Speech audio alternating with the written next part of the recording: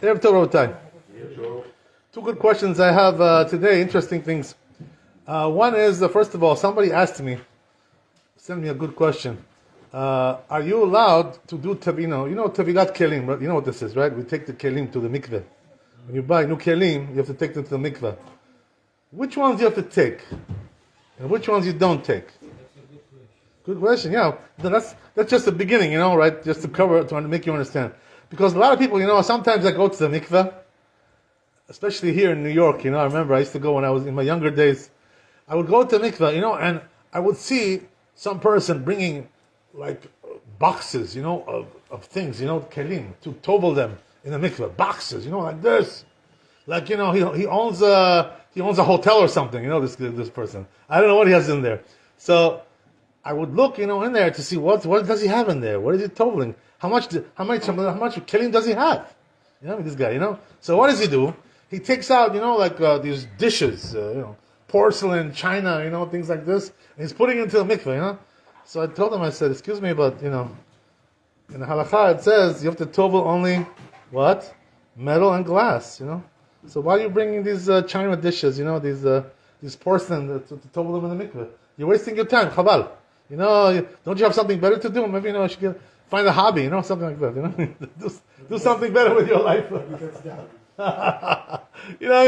So they don't understand, some people, they think that all the kelim you have to put in the mikveh. It's not true, Zallah. Not only that, if you make a bracha on these things, it's bracha vatana, exactly what he said, You're making a blessing in vain, you're doing a sin also. So.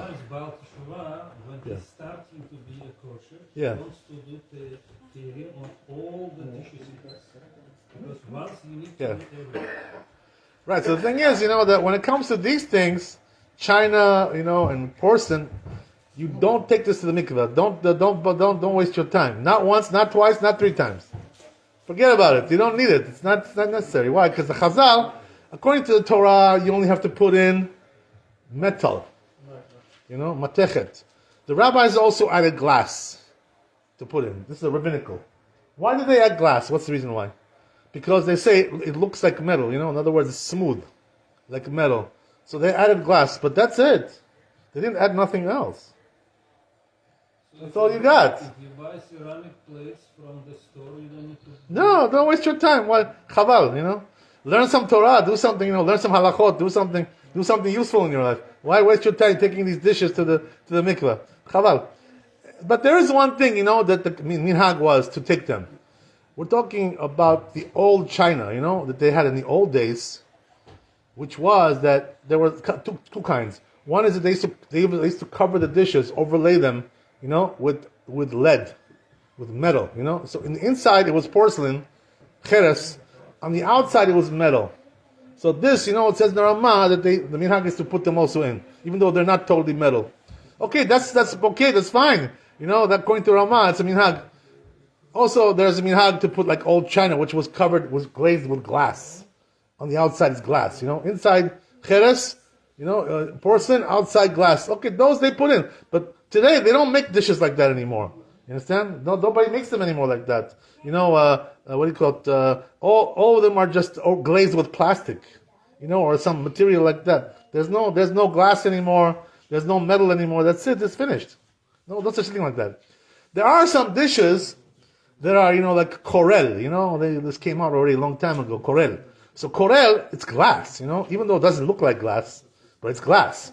So corel you have to put in the mikveh. That's something else. I'm not talking about that. So, when you buy the dishes, check what it is, If it's cheres, if it's porcelain, right, something like that, you don't put that. But if it's glass, right, it looks like porcelain, but it's glass. That you have to take. Something else. I'm not talking about that. So, just want to tell you that right before. This wasn't the question that they asked me, but I just want to tell you, because a lot of people don't know these things. So unfortunately, people are wasting their time going to a mikveh, making bracha l'batala.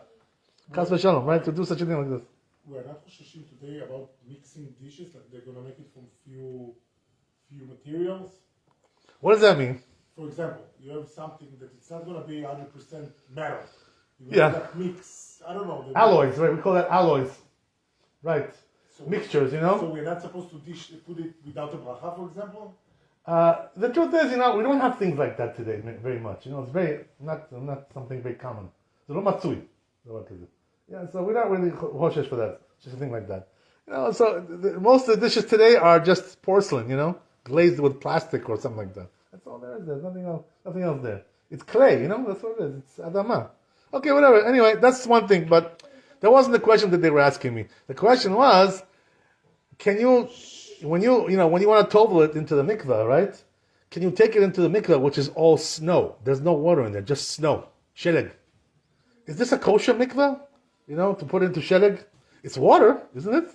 It's just frozen water, right? So can you do that?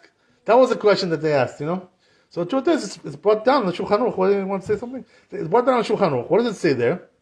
That the truth is, that in certain ways, sheleg is even better than water for the mikveh. It's even better. Why is that? What's the reason why? Because, we spoke about this before, like a week ago or 2 weeks ago, that if the water is, drawn, right, moved, and you take it from a tap, this is not kosher for the mikveh, right? Tap water, not kosher for the mikveh.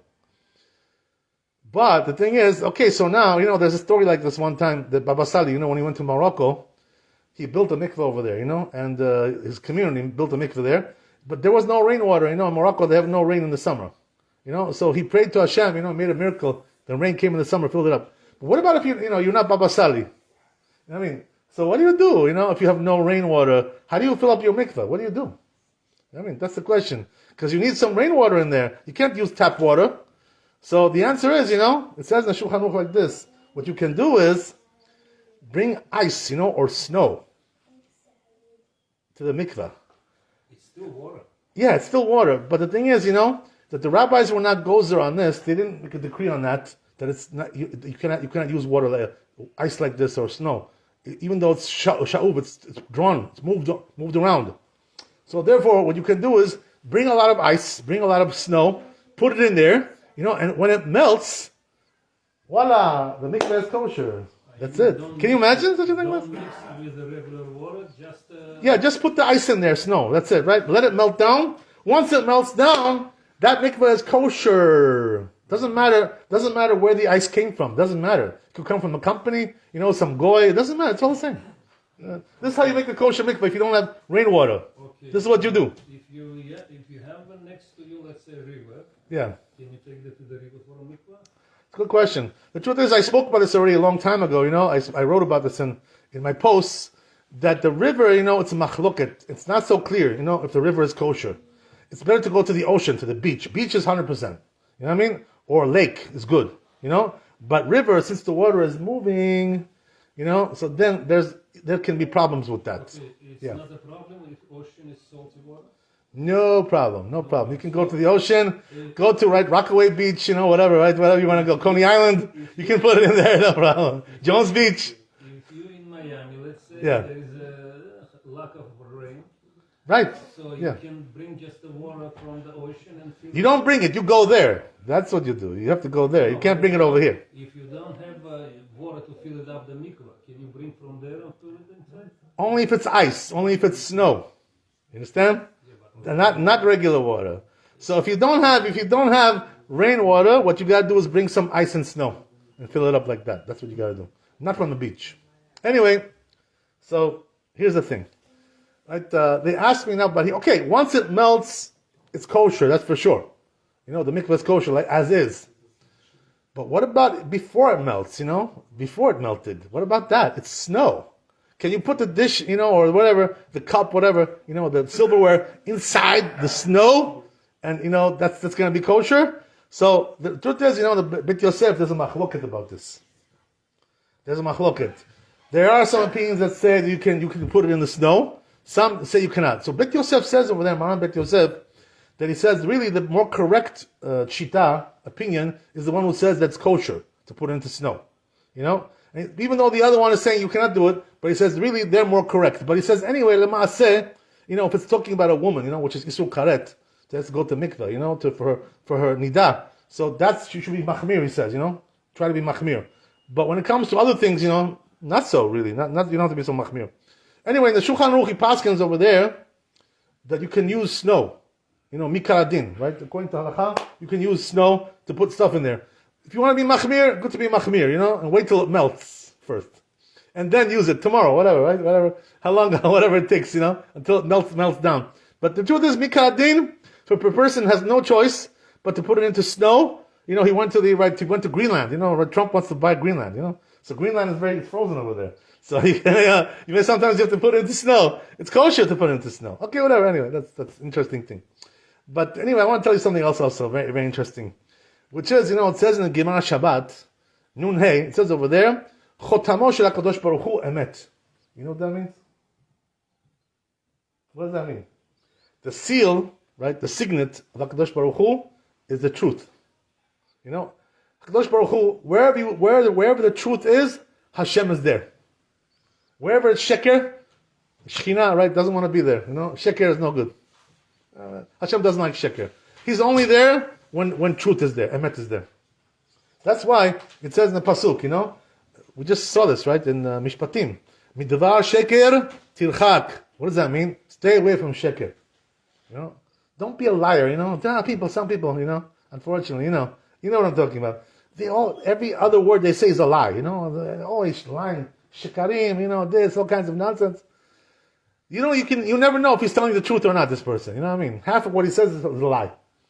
There are people like this. So, but Torah tells you, stay away from that, Don't say lies. Don't live in a world of lies. It's not a good thing. It's not a healthy thing. Sometimes it can be even Isur Deoraita, from the Torah, it's Asur, to say lies. But there are, cases where it's allowed, to lie sometimes. You ever hear about this before? There are certain things you're allowed to lie. There you go, right? So, but the Chazal, they don't use the word leshaker, to lie. They say leshanot. What does that mean, leshanot? It means, like change it a little bit, It's like half a lie, If you can do half a lie, it's better than doing a full lie. You know what I mean? Where do we learn this from in the Chumash? Yaakov Avinu, right? Yaakov Avinu. You know what I'm talking about? Where he came to his father Yitzchak, and he asked him, "Are you Esav?" He says, "Yes, I am," But he said it in a way which was like a half a lie, He didn't say a full lie. You know what I mean? He had to lie. He had no choice. What is he going to do? If he would tell him that I'm Yaakov, his father's going to curse him.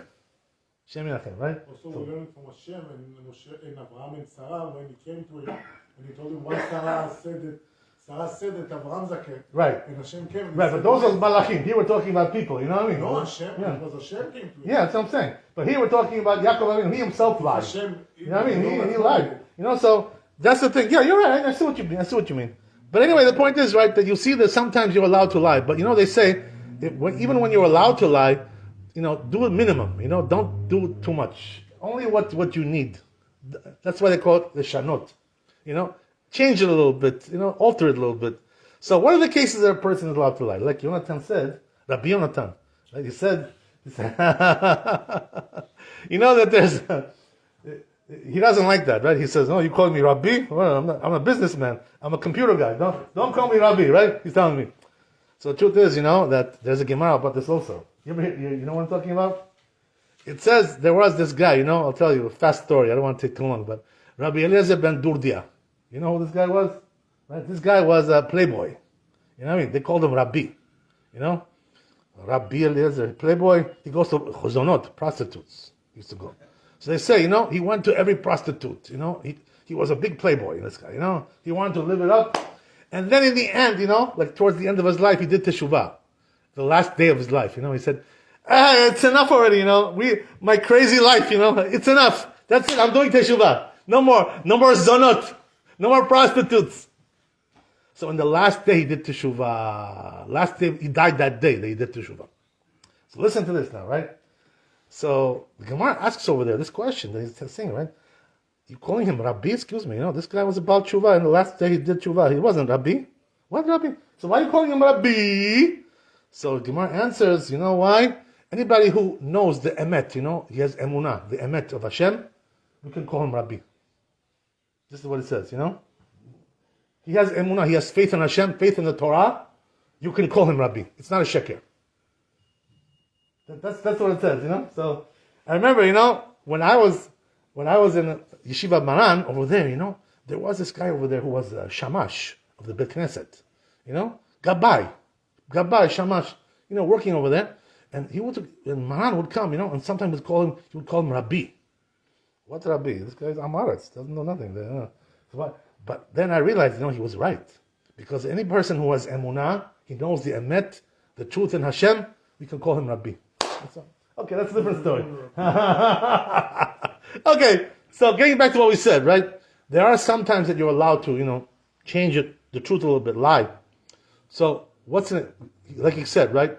To make shalom between people, to make between man and his wife, shalom bayit, or also between enemies, people who they're fighting all the time. You know what I mean? The fights going on, bach, bach, bach, bach, bach. So you can lie to them. They say Aaron HaKohen used to do this. If the people were having fights, you'll go to this one, tell him, listen, he says, I talked to you, the guy you don't like, and he says, he says that he really wants to make up with you, kiss and make up, he's very sorry about what he did, even though he never told him this. You know what I mean? But he would tell him like that, right? Sheker, mamash, it's a sheker, but to make shalom, between people, who are fighting. You're allowed to lie for that. That's what we see, right? Another thing, which is important to know, sometimes a person is allowed to lie, because not to embarrass himself, I'll explain to you what I mean. If somebody tells him, listen, I remember one time, when I was in yeshiva, somebody asked me a question like this. Did you ever do a sin like this, They asked me, did you ever do that? So, I was like thinking to myself, what kind of question are you asking me? I did a sin. What am I supposed to do? Be doing in front of you? What do you want me to do? So, the answer is, Bemet, that a situation like this, a person is allowed to lie, and say, I never did it, even though he did it. Why? Not to embarrass himself, to say Lashon Hara about himself. The Chafetz Chaim used to say, you're not allowed to say Lashon Hara also about yourself. Not only about other people. Also yourself, you shouldn't say Lashon Hara. Why talk bad things about yourself? You crazy? You're giving yourself a bad name, Things like this, The sins that you did, 20 years ago, you did a sin, Now you're coming and telling people that you did a sin? Lashon Hara. That's so, right? So the person is allowed to lie also in the situation. He can say, no, I never did that, even though he did it. He did it, but you can, why embarrass yourself? Another situation is like this, Let's say, they say, for anava you can also, for anava. You know what it means, anava? Humility, To be anav. So they say, like this, for instance, if they come to you, you're a rabbi, right? You're a chacham, and they tell you, listen, did you, I heard about you. You're a big chacham. You learned the whole Talmud, you know by heart the whole Talmud, And even if it's true, you can lie and say, I don't know. You can say, I don't know. Even though he knows it. Why is that? To be anav, anava. He doesn't want to show off, to be bal gava.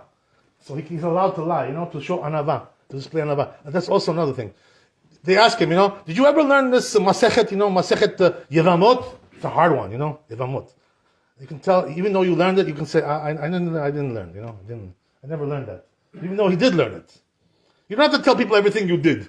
Be a big shot, no reason for that. So you're allowed to lie for that. You have a place that it says what you can work. No, it's like you have a place that you have a list where can you lie, which is true. Yeah, there is a list of things like this. It's brought down the Sfarim. There are lists, also in the Talmud. So for anava, you're allowed to lie. Another thing, they say that you're allowed to lie. If somebody comes and tells you like this, listen, did you live with your wife last night? You had, had a good time with her? You're allowed, even though you did, you can say no. Why? Because it's embarrassing, You have to tell everybody, you had sex with your wife last night? You know what I mean? What crazy, Why do you care? What's it, you're asking me this question, Did you live with your wife last night? What's it your business? So you're allowed to lie, because it's indecent, it's improper to talk about these things, in front of everybody, tell people what you did with your wife. Crazy, This kind of thing. There's also other things, B'ezrat Hashem. We'll talk about it some other time. Baruch Adonai le'olam, amen ve'amen. Rabbi Hanania ben Kashomer, רצה הקדוש ברוך הוא לזכות ישראל, לפיכך חיבר להם תורה ומצוות שנאמר לא נחפש, למען צדקו יגדיל תורה ויאדיר.